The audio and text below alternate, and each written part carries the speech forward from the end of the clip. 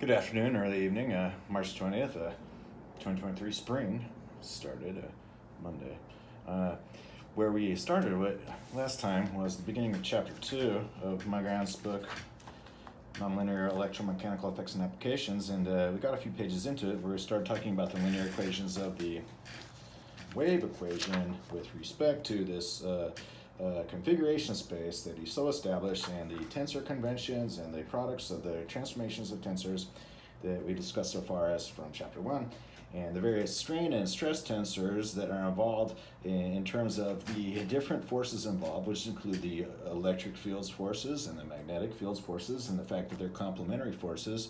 and what goes on in electricity and electromagnetism and magnetism with respect to a discussion began of polarization as of electrons as photon-like quantities sometimes, and also with respect to phase. Phase was another concept in the transmission or propagation of an electric wave or energy in the form of a wave in an electric field, or through a medium or substrate, the transmission of electron holes in as regards to what is current, and the discussion of what was the fluid model for liquids and the fluid model for electricity, and how they are the same in terms of they both essentially represent a simple circuit of pressure, and that voltage as a difference of potential, electric potential, is a form of pressure that results what is an electromotive force in terms of how electric fields then interact with magnetic fields, and as according to magnetic armature in the kinematic and kinetic, that it so results that a three-phase motor is an example of a machine that uses the conversion of electrical fields motion and difference to make a magnetic fields motion and difference, which affects a magnetic potential that is made in effect as according to the ferromagnetic or ferrimagnetic or paramagnetic or diamagnetic effects of metals, with which we might usually be familiar with something like a motor coil, and that the motor coil is basically forms an inductive loop that makes it possible so that the resistance to said induction makes it so that electromotive force causes a linear moment of force. And then that with regards to a three-phase motor, one interesting about a three-phase motor is that its duty cycle of sort is in thirds, and a three-phase motor, once you apply power to its circuit and it has a power drop that it can feed its load, then what happens is it starts as this kind of astable equilibrium or a stable disequilibrium, what's called a local minimum or local maximum. It takes an actual impetus or start of its motion in one direction or another before the actual current starts flowing through the machine as the motor, to then rotate the axle of the motor or spin the wheel with regards to what is a three-phase motor. So this is just some considerations that come to mind with respect to electricity and electromagnetism and magnetism. Their lettered fields, as were discussed, and their potential fields, and that there's about a good half dozen or more what are called fields of the classical and potential in electricity and electromagnetism, that in these derivations so far we've been just talking about one, which is called the electric field, and one, which is called the magnetic field, and how that's basically orthogonal to that electric field. That those are the classical fields, but they're built up of these potential fields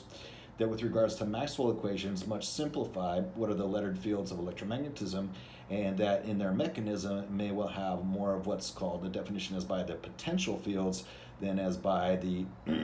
classical fields. So in this sense, when we start to talk about the fluid models of electricity and the fluid models of electromagnetism, then another thing to do with, besides the skin and core effect as was described, that flow of liquid in a pipe is strongest in the core, and flow of electricity in a circuit through a wire is strongest at the skin, the core and skin effects, as differentiating the two otherwise fluid models of liquids and electricity. That and one thing to mention is the use of square wire. And what is square wire with regards to round wire? It's just an example that when you wrap a motor's armature's winding with square wire instead of round wire, there's more electromotive force because there's more current. It's less resistive to current, or more conducive to current in terms of its translation is about the electrical fields and the magnetic fields. And so it's just an example that's something that we can see then and see a measurable difference in just by the shape of something in terms of its configuration space, and as to why electricity and liquids, though they both have a fluid model of their dynamics and flow, and we call that fluid mechanics generally, that they have not just subtle and fundamental differences in about what we think of the terms like friction or adherence and cohesion that keep drag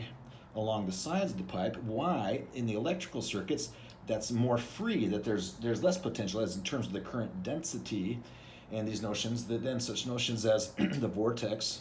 and the turbidity and other notions what we associate with the motion in a vorticial manner or a spiraling manner is in accordance with the mixtures of liquids and gases, turbidity, and as to why when we think about electricity and its models and moments,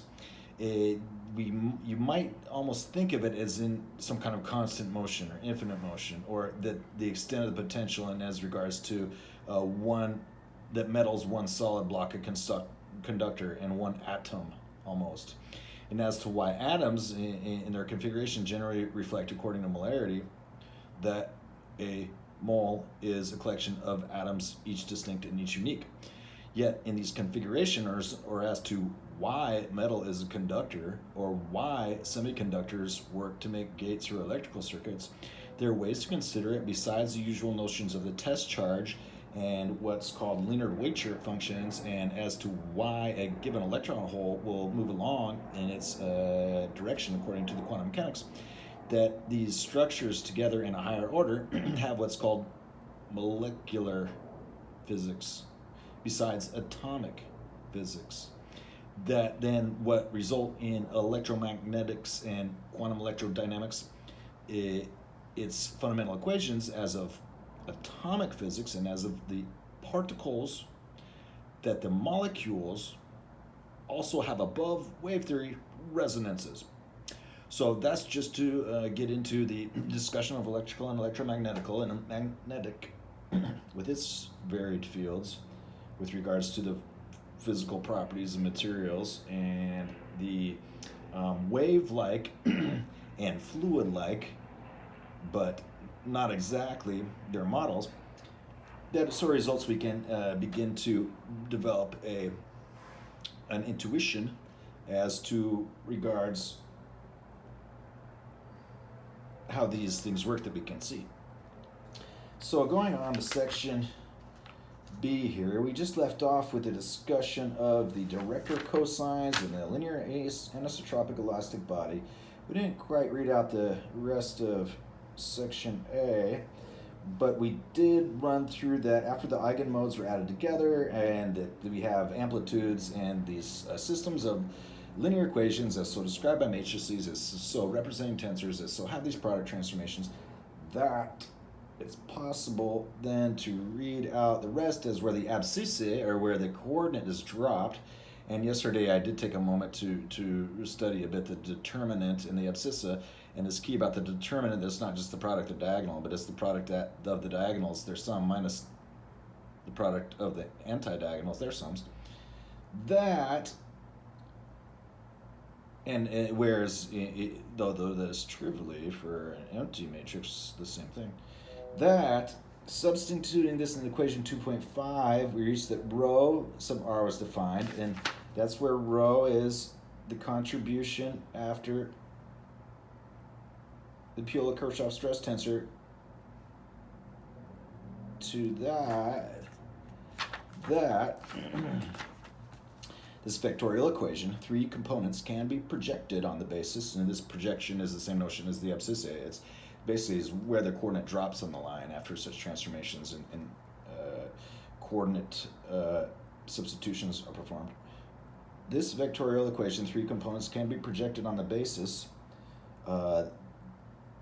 L super B on account of the fact that L alpha j, L beta j equals delta alpha beta, that L alpha K, L alpha J equals Kronecker Kj. We obtain thus that rho sub r u umlaut alpha, which is the original quantity as set for alpha, which is as of after the solutions of the system so defined by the Christoffel notation ofCijkl, the Christoffel derivation of what results, how that is so, equals lambda alpha, the quantity defined after the three eigenvalues of gamma jk u alpha. So in terms of that being over the coordinates of a comma abscissa, which is a shorthand notation of sorts, it must seem, to reflect that it's in those coordinates which are trivial and drop out and set down back to the axis or line of the projection of the coordinates of the Cartesian coordinate lattice or frame. We obtain thus that, and lambda alpha equalsCijkl, the Christoffel representation, MLMI, L alpha K, L alpha J, where those are defined about how they're related by that delta alpha beta, and that L sub J or L alpha J gamma JK, the other term has preceded the eigenvalue problem, or as represents the eigenvalue problem of M, L alpha K. Thus, that it's been reduced to L alpha J to L alpha K. That in the middle of it is the term the eigenvalue problem of JK and M, and that is that, and also corresponding that lambda alpha is the same solutions. The three eigenvalues, or the values that under a transformation as vectorial quantities don't change their lengths from studying the determinant in the eigenvalue problem,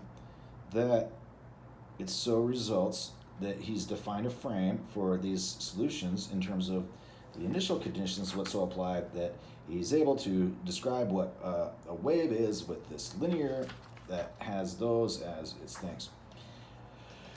This wave being through a surface, the configuration space in terms of time, and of the flow through that surface of the rate and time. So it's linear, but its flow as across the surface of this configuration space with which we began chapter 1. So as we would look to begin nonlinear equation, I'll pick that up maybe in a few moments as I've got into this a bit. And after the discussion of what's a little bit going on with the electricity, electromagnetism, and magnetism, their lettered fields of potential, and how we have Maxwell's wonderful equations that describe very particular linear inputs with regards to E cross B, and those being the electro and magnetic fields, that we are all familiar with those as from, say, a mathematics degree, an engineering degree, or a physics degree, or otherwise, that those are usually just the 300 level classes that everybody should be pretty familiar with. The 300 level in classes in mathematics that are abstract algebra, geometry, and some differential geometry, topology, and then, of course, calculus 3, 4, 5, and 6, or what we call advanced calculus after vector calculus, ordinary differential equations, nonlinear in some sense with some solutions of differential equations, and methods of transform solution, and then things like numerical methods and formal methods with regards to then physics and physics and relativity and physics and quantum mechanics and these kinds of things. All right then, so long.